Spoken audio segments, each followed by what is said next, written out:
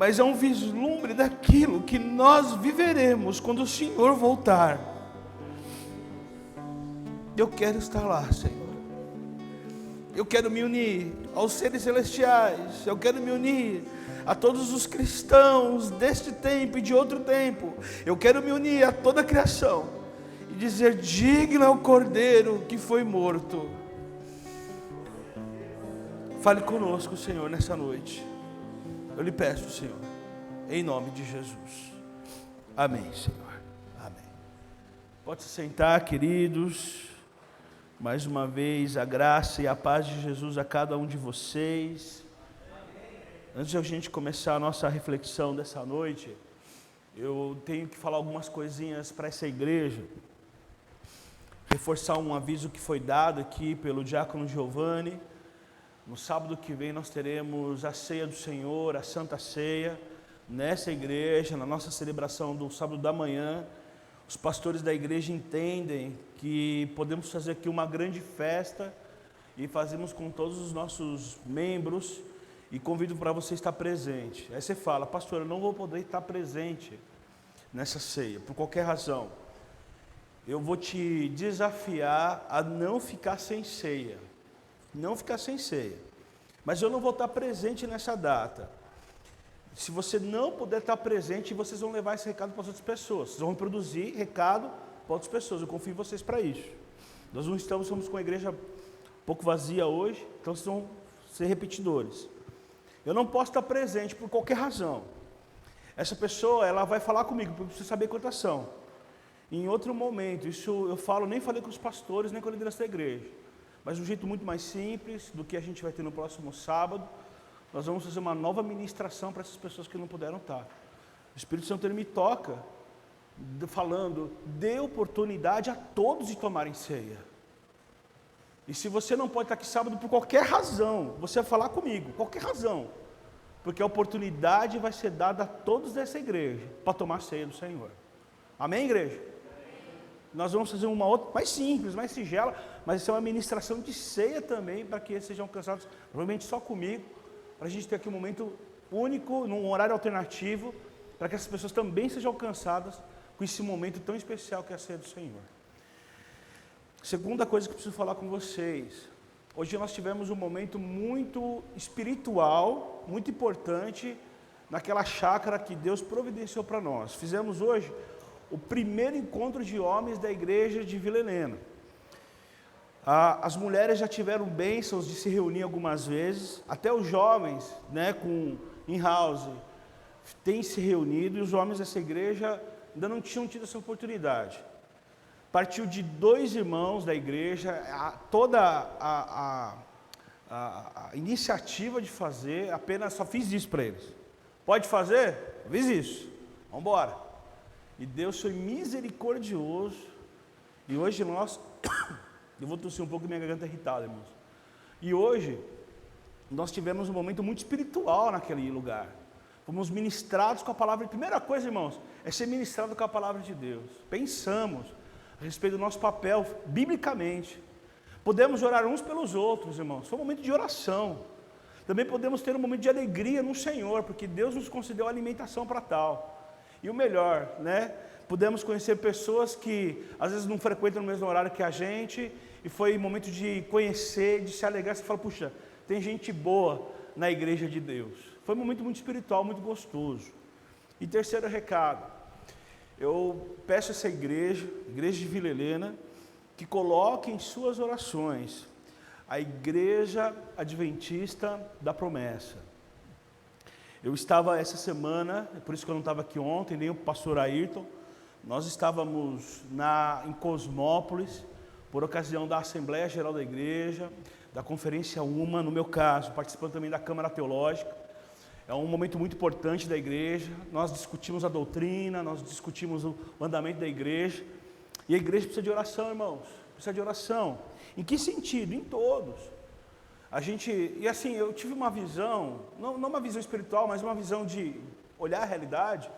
Nós somos muito abençoados nessa igreja, irmãos. Eu estava falando com outros companheiros pastores. Deus foi tão misericordioso, Deus tem aberto o céu para derramar bênçãos infinitas sobre essa igreja. Deus tem aberto os céus. Olha, eu olho para essa igreja e glorifico. Os nossos planos para a igreja são incríveis. É Deus abrindo o céu para abençoar essa igreja. Mas tem irmãos que precisam muito da graça de Deus, convenções que precisam da graça do Senhor. A gente faz parte de um corpo. Nós somos a igreja de Vila Helena, amém por isso. Mas fazemos parte do corpo adventista da promessa. Temos uma fé, temos uma identidade. Devemos orar pelos nossos líderes, pela nossa liderança regional, pela nossa liderança geral, no caso do pastor Adelmilson. Devemos orar e pedir para que o Senhor esteja sempre junto de nós. A partir daí eu faço um convite para essa igreja e vou refazer ele ao longo dos cultos. No último sábado de janeiro, está longe, pastor, então é para se programar. Nós estaremos indo a Cosmópolis, irmãos. Vamos organizar para isso, para comemorar os 90 anos da Igreja Adventista da Promessa. Será uma festa espiritual, irmãos. Será um momento de nós glorificarmos ao Cordeiro, porque Ele nos alcançou. E estaremos todos juntos lá. Último sábado, olha, dá tempo de anotar na agenda e não marcar nada. No último sábado do mês de janeiro, estaremos em Cosmópolis, na sede da nossa convenção, junto com os irmãos da nossa convenção, glorificando ao Senhor por 90 anos da Igreja Adventista da Promessa. Amém, igreja? Amém? Amém. Estamos ao longo de um mês sendo provocados, pensando, refletindo sobre o grande ato de Cristo. O seu grande momento é o que ele é colocado na cruz. Se você olhar toda a escritura de Deus, a Bíblia, você vai ver que tudo culminou para a crucificação, e tudo depois no Novo Testamento surge a partir da crucificação. Todo o plano do Senhor de remissão do homem, de restauração do homem, visto que o homem pecou no Éden, e Deus ele coloca assim, olha, o dia que você pecar, você vai morrer, e o homem quebra essa lei, ele vai lá e faz essa sentença acontecer. Deus dali, na sua bondade e misericórdia, Ele faz um plano no qual as pessoas seriam remidas através do sacrifício daquele que não pecaria, que é Cristo. E a gente narrou aqui, ao longo desse mês, os últimos momentos dele. Narramos aqui o sofrimento dele no Getsêmani, narramos aqui o sofrimento na sua caminhada, narramos aqui o seu sofrimento pendurado na cruz, narramos aqui os seus gritos na cruz. Falamos de tudo isso, que é o grande momento em que a humanidade ela é remida pelo seu sangue. Cristo ali, ele morre, nós falamos que ele também ressuscita. O presbítero Adelino, ele fala ontem para nós aqui sobre o batismo, e que só podemos ser batizados porque Cristo é o primeiro a morrer por nós. Batismo é sinal de vida, e só temos vida porque Cristo ressuscita e sobe aos céus. Hoje, nós somos provocados a olhar para um momento depois, um momento além. Nós vamos ver o final de um filme. Eu particularmente gosto muito de finais de filme. Eu acho finais de filme muito legal. Tem aqueles filmes, trilogias, né, que são 3 filmes ou 6 filmes. Eu gosto de um que são quase 9 filmes. Se bem que o final eu não gostei muito não, gostava do outro final. O final do filme é muito legal. A gente quer ver como que aquela história vai acabar. Aquela história que começou há muito tempo, como que ela vai finalizar. A gente gosta muito desse tipo de coisa. Quem gosta de série de televisão, quer ver como que aquela série vai acabar. A gente fala hoje de maratonar série. Então eu começo a ver uma série e vou lá até ela esgotar. Então a gente quer ver como aquilo termina. Nós gostamos de um bom final de filme. Eu lembro quando eu era criança, eu assisti um filme chamado E o Vento Levou. Lindo filme. E desesperador. Porque toda hora que eu falei, isso aqui acabou agora. Não, ele recomeçava, é impressionante, gente. Você fala, não, os caras vão terminar, porque aquele filme, né, música sobe, o mocinho abraça a mocinha, você fala, agora acabou. Pã, paga a luz, acende de novo, você fala, mentira, vai continuar. O filme dura 4 horas de diálogo no filme. Dá vontade de chorar, você continua lá, você fala, meu, esse filme vai acabar uma hora, eu quero ver esse final aqui de qualquer jeito. Você fica ali mais por resiliência do que por outra coisa. Mas tem filmes que passam muito rápido, que você quer ver o final, Deus, já acabou, puxa, que coisa, rapidinho esse filme aqui, podia durar um pouquinho mais. Que legal. A gente quer saber o final das histórias. A gente tanto é que tem aquela expressão, né, não dá spoiler, né, que spoiler é você contar o final sem você, para outra pessoa que não viu o final. Mas tem uma coisa que a Bíblia faz, é dar um spoiler. E a gente está num capítulo, num livro que é o livro do spoiler da Bíblia. É o livro que conta o final.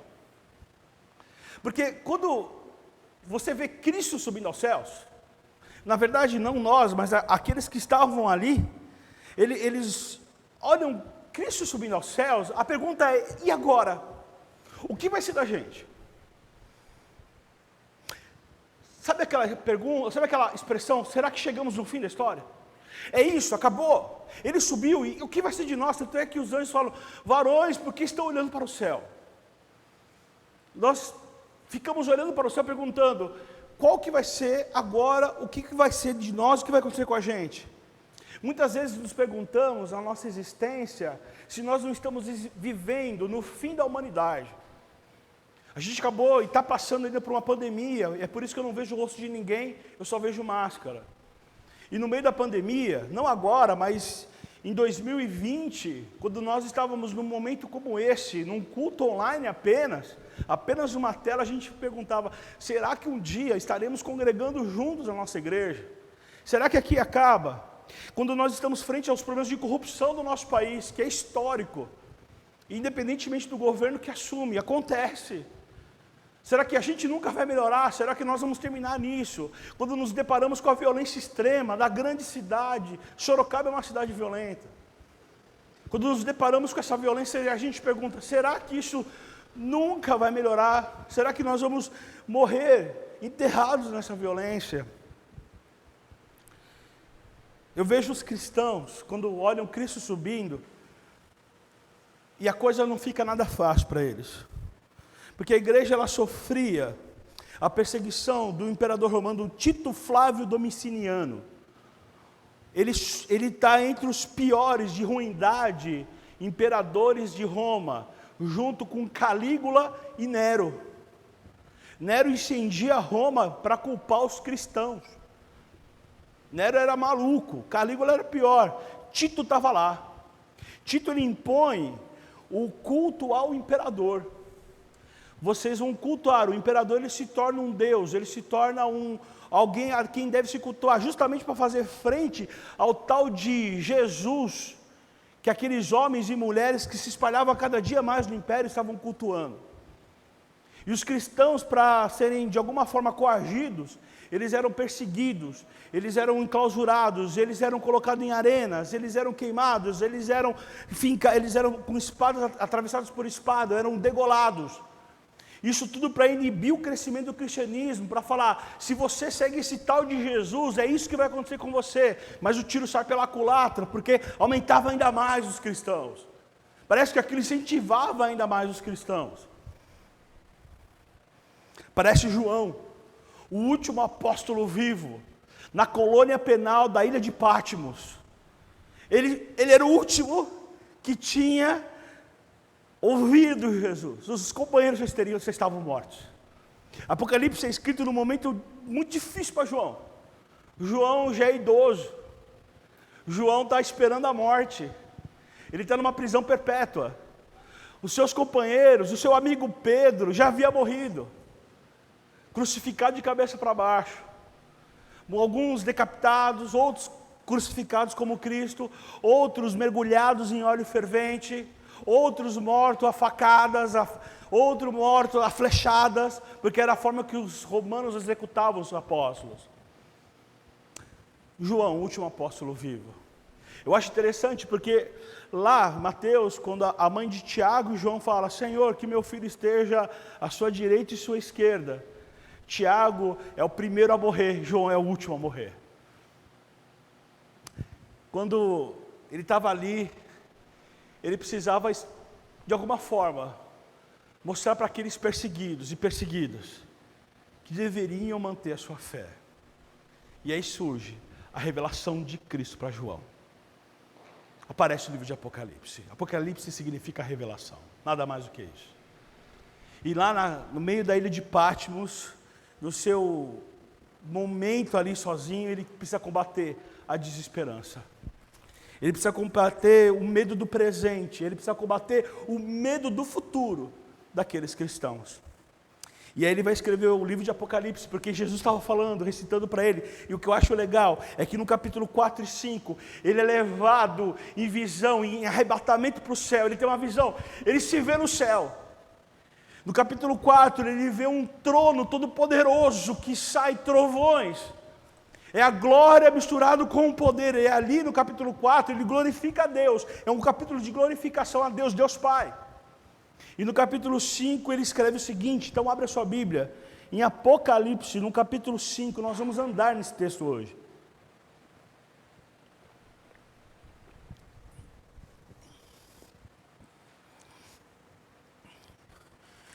Capítulo 5, versículo 1, está escrito o seguinte: então vi na mão direita daquele que está assentado no trono um livro em forma de rolo, escrito de ambos os lados e selado com 7 selos. Vi um anjo poderoso proclamando em alta voz: quem é digno de romper os selos e de abrir o livro? Mas não havia ninguém, nem no céu, nem na terra, nem debaixo da terra, que pudesse abrir o livro ou sequer olhar para ele. Eu chorava muito, porque não se encontrou ninguém que fosse digno de abrir o livro e de olhar para ele.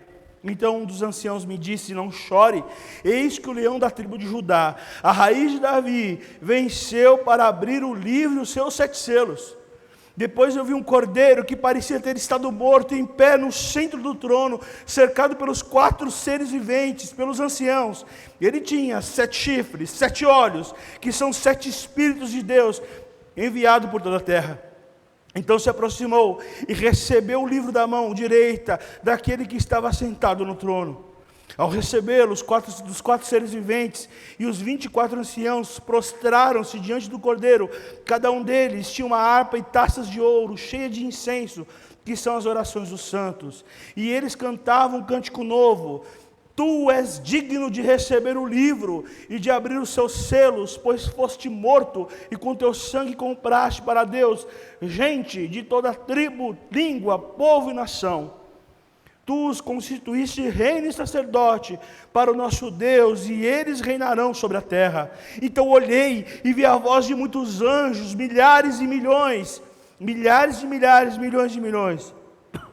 Eles rodeavam o trono, bem como os seres viventes, e os anciãos, e cantavam em alta voz: digno é o cordeiro que foi morto, de receber poder, riqueza, sabedoria, força, honra, glória e louvor. Depois ouvi as criaturas existentes no céu, debaixo na terra e no mar, e tudo que neles há diziam: aquele que está sentado no trono e ao Cordeiro, seja o louvor, a honra e a glória e o poder para todo sempre. Os 4 seres viventes disseram amém, e os anciãos prostraram e o adoraram. Que texto, irmãos, que texto. Na minha opinião, é o texto mais lindo da Bíblia do Senhor. Esse texto, ele narra a glória do Cristo. João, na sua visão, ele enxerga algo incrível. Ele estava olhando um trono, o trono de Deus. Ele estava vendo a glorificação a Deus. E de repente, na mão direita daquele que está sentado no trono, que é Deus, havia um livro, um rolo, selado com 7 selos. Eu acho interessante porque o livro selado aí é uma representação do selo romano. O selo romano são 7 selos. O selo romano falava o seguinte: ninguém pode escrever nada do que está nesse rolo. Ele já está totalmente escrito, é um documento. Mas o selo romano só era aberto por 2 pessoas: por aquele que era o herdeiro e por aquele que era o executor. Ninguém mais poderia abrir um selo romano. Só aquele que executava. Quem que executa no selo romano? O próprio César. E o herdeiro, aquele que César dava o rolo com 7 selos. João, ele vê um documento desse romano na mão de Deus. E o que eu acho legal nesse texto aqui, é que a gente começa a ver uma grande movimentação. E aí ele vê um anjo falando, quem é capaz de abrir esse selo? Só que João, ele está fazendo uma visão aqui muito interessante, e ele olha assim, não havia ninguém, nem no céu, nem na terra, nem debaixo da terra, não há potestade, não há Satanás, não há anjo, não há salvo, porque eu não estou falando de um texto que é temporal, estou falando de um texto completamente atemporal. O dia de 24 horas já tinha morrido aqui. Eu estou falando de um outro momento. Não existe nada que seria capaz de abrir aquele selo, nem o mais bonzinho da terra, nem o mais terrível da terra, nem o mais incrível do universo, nem o pior ser poderia abrir aquele rolo. João, ele se desespera, ele chora. Ele falou, ninguém vai abrir esse rolo, porque se estava na mão de Deus, ele é poderoso, ele deveria ser aberto. Aquilo era um testamento. O rolo era um testamento, era algo que dava legalidade, era algo de propriedade, ele sinalizava algo que era importante. E aí vem um dos anciãos e fala, não chore, pois aquele que pode abrir é o leão da tribo de Judá, é a raiz de Davi, que venceu para abrir o livro dos seus 7 selos. Quando eu olho para esse texto, eu tiro uma primeira lição. Tu és digno. A primeira pergunta que eu faço, quem era digno? Não há ninguém na terra. Não há ninguém que é digno. Mas há um que é digno. Eu gosto das referências que ele dá. Ele começa a falar assim, olha, o leão da tribo de Judá. O leão, a gente sabe que é a imagem daquele que é soberano e vitorioso. O leão é o grande animal, ele é majestoso na sua forma. E a tribo de Judá é uma menção, a tribo da qual Jesus é originado. Fazia menção direta à bênção que Jacó, pai de Judá, lá atrás, Abraão, Isaac e Jacó. Quando Jacó abençoou seus filhos, ele abençoou Judá, lá em Gênesis 49. E ele fala assim, olha, você, da sua descendência, você sempre reinará, e os seus descendentes para sempre reinarão. Isso é claro que são as minhas palavras, bem resumidas. Então ele já faz menção, é o leão de Judá. É aquele que a profecia se cumpre. Ele é a raiz de Davi. Ele faz menção à linhagem real de Jesus. Uma linhagem real é interessante porque ela não quebra e nem se perde. Tentaram quebrar a linhagem real do último czar russo, antes da revolução bolchevique na Rússia, quando vira o império, se torna uma república e evidentemente começa o socialismo e o comunismo na Rússia. Mataram todo o czar e seus descendentes. Falou, acabamos com ele. Mas existia uma princesa que fugiu e conseguiu fugir para a Europa e depois para os Estados Unidos. A princesa Anastácia, é uma linda história. E ela continuou a linhagem do czar, que é um homem, não foi quebrada. O imperador chinês, na revolução de Mao Tse-tung, quando Mao Tse-tung entra na cidade proibida, ele vai depor o imperador chinês, ele mata todo o imperador. Mas havia um descendente do imperador que não estava lá. Ele fugiu, foi refugiado no Japão. E aí a descendência dele continuou. Eu estou falando de homens. Mas aqui eu falo do Cristo vitorioso. A linhagem de um rei vitorioso. Uma linhagem abençoada por Deus. A raiz de Davi se refere justamente a uma linhagem da qual não poderia ser quebrada e para sempre existiria. A natureza se remete diretamente à natureza eterna de Deus, aquilo que Deus, as linhagens de Deus que não se quebram, a bênção de Deus que não se quebra. Por último, eu vejo a visão aqui do cordeiro. Não chore. Eis que o leão da tribo de Judá, a raiz de Davi, venceu, estou falando do versículo 5, para abrir o selo dos seus 7 selos. Depois vi um cordeiro que parecia estar estado morto em pé. Eu acho que essa é uma coisa incrível. Primeiro que cordeiro aqui, ele poderia ser traduzido por cordeirinho de estimação, como alguém que você precisa cuidar dele muito com afinco. Cordeiro é uma palavra repetida 28 vezes no livro de Apocalipse. Mas aqui, o cordeiro é um instrumento no qual o sacrifício é feito. É o Cordeiro Imaculado. Mas eu olho para esse texto aqui, vem uma imagem na minha cabeça que não é de um cordeiro. Eu gosto muito de um autor chamado C.S. Lewis. Eu já citei ele aqui diversas vezes. Eu já li muitos livros dele, mas por incrível que pareça, o livro que eu mais gosto de C.S. Lewis é o Crônicas de Nárnia. Eu li inteiro numa noite só, li todas as Crônicas de Nárnia. Eu tenho ele até hoje na minha casa. E de fato, uma das histórias que eu mais gosto é o Leão, a Feiticeira e o Guarda-Roupa. Só uma dica para vocês, um baita de um spoiler. O C.S. Lewis escreve justamente com o fundo cristão de propósito. Ele queria fazer uma pregação do Evangelho usando os contos dele para isso. Não é à toa que o personagem principal de todas as Crônicas de Nárnia é um leão. Ele representa diretamente o leão. Isso ele fala depois, ele vai relatar isso. Mas nesse aí tem uma coisa que eu acho que é muito incrível, e o filme faz bem essa parte. O leão, ele se entrega para o sacrifício, e aí o leão, ele fala assim, um dos meninos, ele tinha traído os irmãos, ele precisava morrer. Mas o leão se entrega para morrer no lugar do menino. E ele fala assim, a lei é quebrada quando o inocente morre no lugar daquele que é culpado. O leão, ele é morto de um jeito terrível. As meninas estão chorando. E de repente, elas ouvem um grande barulho. O altar é quebrado. Elas olham para o fundo do altar. Surge o grande leão, ressurreto, mais poderoso. Eu olho esse filme e eu choro. Porque eu não tenho como deixar de pensar nessa parte aqui. A ressurreição do meu Cristo. E aqui ele fala assim, esse cordeiro que parecia estar morto, ele está de pé. Mas não é de qualquer jeito, ele está cercado pelos 4 seres viventes e pelos anciãos. Ele está cercado, isso representa a igreja e todos os cristãos. E aqui ele vai falar o que ele tem. E ele tinha 7 chifres. Você fala, que coisa horrível. Não, é uma linguagem figurada. Chifre vai sempre significar poder aqui. Ele tinha poder. 7 é o número da perfeição. O seu poder era perfeito. Ele tinha 7 olhos. Você fala, que coisa terrível. Não, significa que os 7 olhos que são perfeitos, ele tinha percepção de tudo que ocorria. Ele também tinha, aí ele vai continuar falando.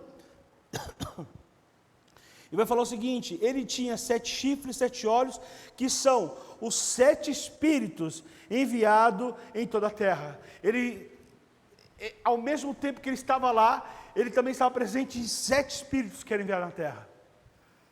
Quando você lê isso, os teólogos, ele fala, aqui está se referindo diretamente à onipotência de Deus, ao poder perfeito. Está se referindo à onisciência, os 7 olhos, e à onipresença de Deus. Ele está atribuindo a João aqui 3 características de Deus, aquele cordeiro que parecia que estava morto e ressuscitou. Não era mais um cordeirinho de estimação, mas era um cordeiro todo poderoso, que sabia de tudo e que estava presente em todos os lugares.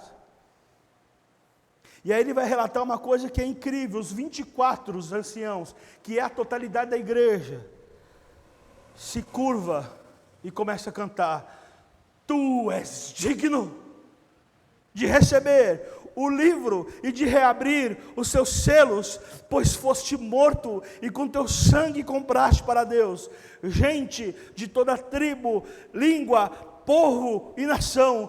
Tu os constituíste reino e sacerdotes para o nosso Deus, e eles reinarão sobre a terra. Começa aqui uma música, um louvor, um grande cântico. Aqueles que o seguiam, o adoravam, eles começam a falar, você é digno, você pode abrir esse selo, você pode romper esse selo, você tem o direito de fazer isso, a dignidade aqui é de direito, você tem o direito, você pode fazer isso, de abrir esses selos. Por que você faz isso? Porque você foi morto, e com o teu sangue, com o teu sacrifício, compraste para Deus, o que? Gente de tudo que é lugar comprou o mundo, gente de toda língua, tribo e nação, comprou os pecadores, comprou os miseráveis, comprou você, comprou aqueles que não têm solução, comprou os que se acham perfeitos, comprou os que se acham arrogantes, comprou aqueles que conhecem a sua miséria, comprou aqueles que estão jogados numa sarjeta em Sorocaba, os prostituídos, os abusados e violentados, mas comprou aqueles que os violentam, os que prostituem e os que o abusam. Digno é você que comprou essas pessoas do mundo inteiro. Tu os constituíste reino e sacerdote. Você restaurou todos eles para o nosso Deus, e eles reinarão e eles herdarão a terra. A igreja que proclama o poder de Deus. Tu és digno, que fala sobre a eternidade, tu reinarás, que fala sobre a universalidade do sacrifício. Digno é o Cordeiro, é o que eu vejo nessa outra parte do texto. E aqui começa a crescer. Já não bastava aqueles que o seguiam o Cordeiro, junta-se aqui a população, versículo 11, a voz de muitos anjos, milhares de milhares, milhões de milhões. Eles rodeavam o trono, bem como os seres viventes e os anciãos. Você está tendo noção de que é esse? Esse é o momento que você... Vou fazendo um pause na minha narração. É o momento, desculpa irmãos, esse texto me emociona demais. Mexe comigo. Mas é o texto na hora que Jesus está subindo para o céu. Os homens estão vendo. E aí Atos, ele é como se fosse uma câmera, filmando Jesus e volta para os homens. Apocalipse é a câmera que continua com Jesus. Ela continua com Jesus, ela vai, porque assim, você fala, tá, beleza, mas como que ele chega no céu? João está falando. Jesus já não entra no céu, não tem nada a ver mais como o crucificado, mas com o vitorioso. Ele é recebido com a glória de Deus Pai. O céu está armado, está tudo pronto. Ele está sendo recebido com todo o poder que lhe é devido.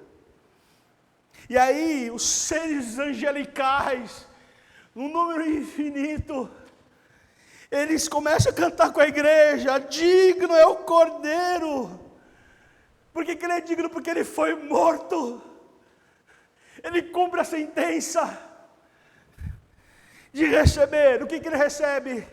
Ele recebe poder. Ele recebe riqueza, ele recebe sabedoria, força, honra, glória e louvor.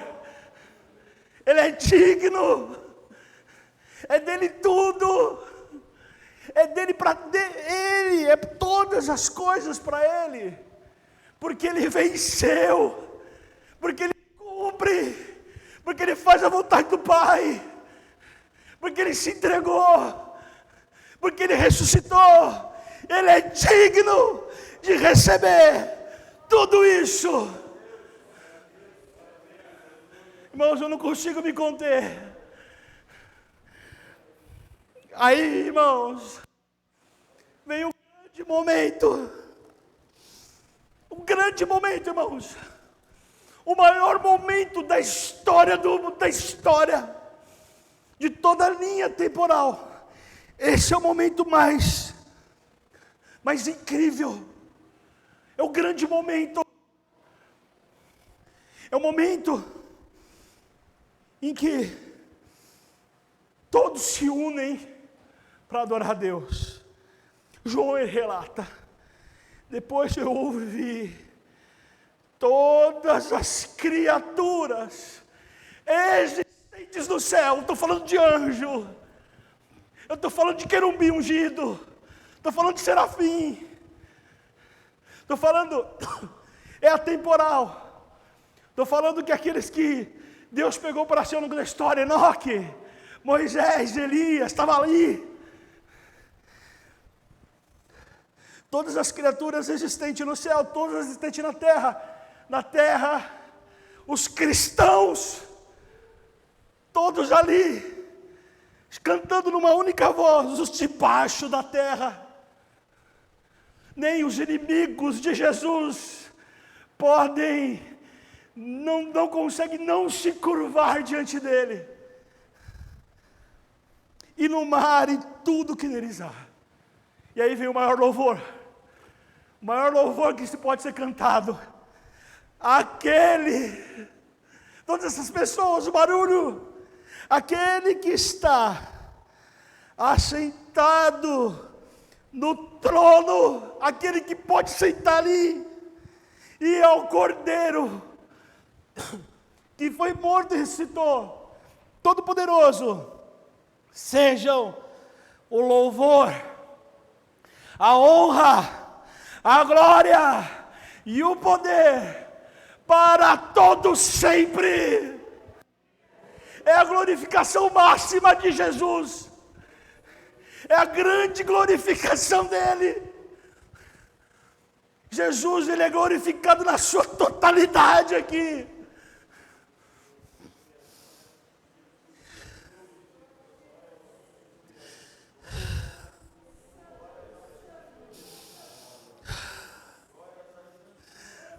É a grande glorificação de Jesus.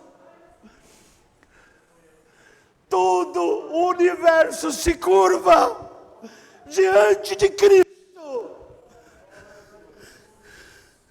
e diz: aquele que está sentado no trono e ao Cordeiro, sejam o louvor, a glória e o poder para todos sempre.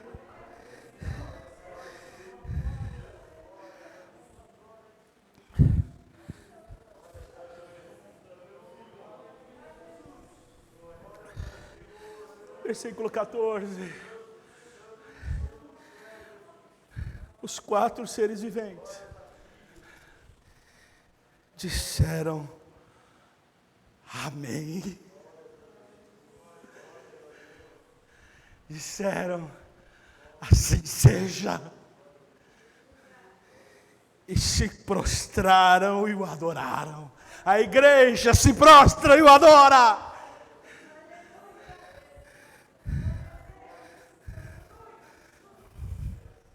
O universo controla, o universo adora ao grande vencedor. É aquele que controla a história não perdeu o rumo, irmãos. A história não saiu do trilho, a história está na mão de Cristo. Ele é o detentor de todo o poder. As coisas não estão fora de controle porque Ele tem o controle de tudo. A minha história está nas mãos dele. A minha vida não está desgovernada. Minha vida não está fora dos trilhos. A minha vida está nas mãos de Cristo. O universo celebra aquele que venceu. A sua vitória incontestável. A sua vitória que é representada na salvação da minha vida. Ele venceu na minha vida. Por fim, o universo celebra todo o poder. E é o poder que age na minha vida.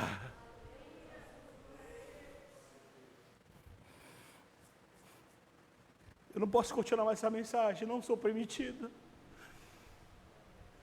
Mas olhe para esse momento. E sabe o que eu termino minha mensagem falando? Eu vou estar lá. Eu vou estar lá. Eu vou ver isso. Porque isso aqui é atemporal, eu não sei que tempo que é. Mas eu vou me curvar diante do Cordeiro e vou falar: digno é o Cordeiro. E convido vocês a estarem junto comigo nesse momento. fazendo parte do coro universal e proclamando a glória do Cordeiro para todos sempre.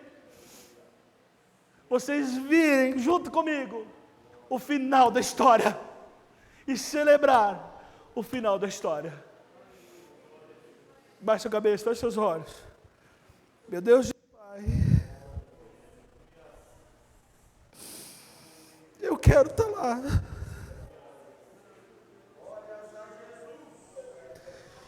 Eu quero estar lá. Eu quero estar lá. A tua cruz, ela culmina nisso. A tua cruz, ela termina nisso.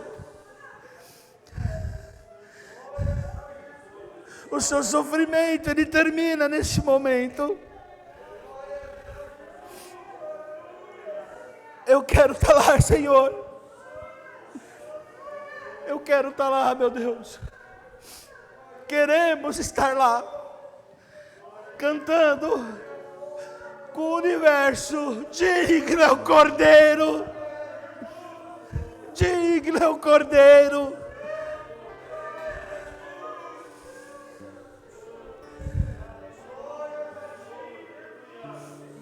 Queremos estar lá, Senhor.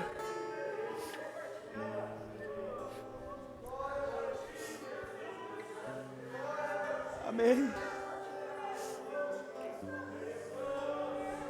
Irmãos, não podemos fazer outra coisa.